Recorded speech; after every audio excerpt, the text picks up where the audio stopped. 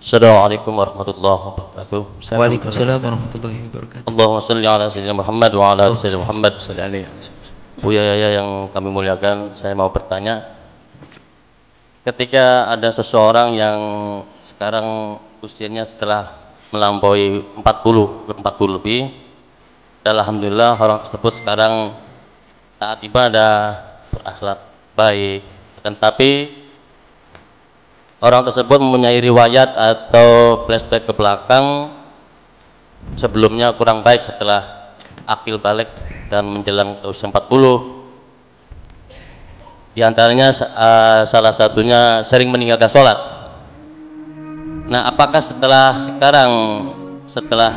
orang tersebut baik, taat ibadah, sholat yang telah ditinggalkan masa lalunya itu apakah harus perlu diqodho atau tidak?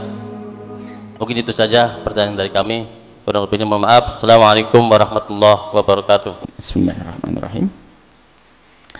Usia 40 adalah usia untuk koreksi. Diisyaratkan oleh Nabi, kalau orang mencapai 40 kok nggak ada perubahan, dikhawatirkan nggak berubah selamanya. Jadi yang 40 kan yang 40 itu sudah kelewat semuanya. Termasuk Nabi mendapatkan risalah wahyu usia 40. Koreksilah kita semuanya yang sudah mencapai 40. Sudah dekat perjalanan kita. 2/3 sudah dilewati. Kalau kasih 60. Semoga panjang umur semuanya. Berbahagialah siapapun yang dibimbing oleh Allah untuk berubah. Tapi ingat, jangan salah paham, jangan nunggu 40 ya. Ini kesalahan pahaman lagi. Ini bermasalah, nunggu 40 berantakan nanti tambah. Ya kalau sampai 40. Yang banyak mati itu yang muda-muda lah, hati-hati. Orang tua tuh jarang mati. Awas. Coba dilihat di Cirebon ini yang mati umur 70 ke atas berapa? Paling 6. Ya, paling banyak 60 ke bawah. Ayo, berarti anak muda banyak meninggal, hati-hati ini. Nah, siap-siap, semoga panjang umur semuanya. Baik. Tidak harus nunggu 40. Kapanpun, karena kematian bisa saja menjelang datang kepada kita kapan saja. Baik, kemudian berbahagialah siapapun yang memasuki, atau tanpa harus 40 tahun, berbahagialah siapapun yang dibimbing oleh Allah untuk menjadi lebih baik. Biarpun dia merasakan di dalam dirinya masih banyak kekurangan, itu masih lumayan. Maka yang harus Anda syukuri kebaikan. Kemudian di sisi lain, kalau kita ingin melihat orang lain, ketahuilah, jangan Anda melihat orang lain ingin sempurna semuanya. Anda melihat suami yang sudah berubah, alhamdulillah, jangan, nggak ada gading yang tartak. Mesti ada kekurangannya, sini situ ada, pasti. Yang penting ada perubahan deh, syukur. Jangan terlalu terburu-buru. Cepat sih bagus, kalau tepat. Baik, ya kalau Allah menjadikan Anda berubah, maka bersyukurlah. Nah, bagaimana dengan kekurangan di masa lalu? Bersyukurlah juga, kekurangan kita sadari. Yang repot itu orang nggak pernah sadar atas kekurangannya. Jadi nggak punya perbandingan dia. Memang kita harus bersaing dengan diri kita sendiri. Saya selalu ngomong, ibu yang namanya siapa? Fatimah, Aisyah, Azizah. Di hadapan Allah, di hadapan Rasulullah, di depan suamimu juga. Anda harus bersaing, bukan saing dengan orang lain. Anda sudah 45, mau bersaing dengan 18, nggak bisa. Anda bersaing dengan dirimu. Kalau kamu Khadijah hari ini, kamu bersaing dengan Khadijah yang dulu. Bagaimana Khadijah hari ini lebih bagus gitu loh. Persainganmu dengan dirimu sendiri, bukan. Jadi kamu buat perubahan itu. Anda namanya Ahmad, saya harus bersaing dengan Ahmad yang lalu. Ahmad waktu masuk akil balik banyak melakukan kesalahan. Sekarang Ahmad umur 40 harus beda dong, bukan yang dulu. Badan boleh sama, tapi rohnya beda, keimanan. Bersaing dengan diri, artinya koreksi diri. Nah, kemudian di saat menemukan, ini beruntung kalau menyadari masa lalunya. Aduh, aku sering meninggalkan sholat dan. Ini pertanyaan disampaikan oleh seseorang tentang seseorang Tapi banyak, bukan satu yang terjadi.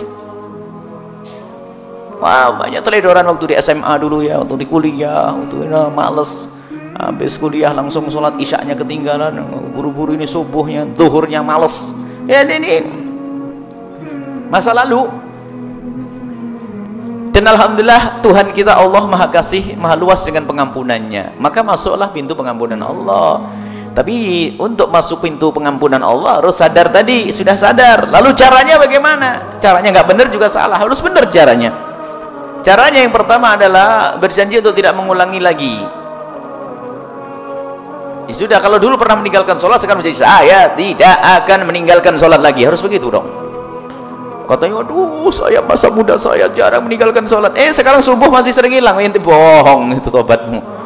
Jadi benar-benar dia menyadari masa lalu, sadar dulu, saya mulai detik ini tidak boleh meninggalkan sholat sama sekali. Dosa apa kira-kira yang pernah kita lakukan masa lalu? Tobatnya adalah harus kita tinggalkan. Dulu minuman keras, sekarang saya 20 tahun saya minuman keras terus setiap malam, pagi, sore. Gimana Bu yang mau tobat? Tobatnya sebelum menyesal. Ini masalah yang belakang mah enteng. Detik ini saat ini kau berjanji untuk tidak minum lagi, dan benar-benar tidak minum. Selesai. Anda sholat karena dulu pernah meninggalkan sholat. Anda sholat saat ini, selesai. Itu dulu. Baru ke belakang. Bagaimana? Ini ke belakangnya ini harus ada ilmunya. Supaya Anda tidak masuk dalam wilayah was-was. Agar Anda tidak masuk dalam wilayah was-was, Anda harus paham, semua sholat yang pernah kita tinggalkan dalam keadaan kita sudah akil balik, maka semuanya wajib diqodok.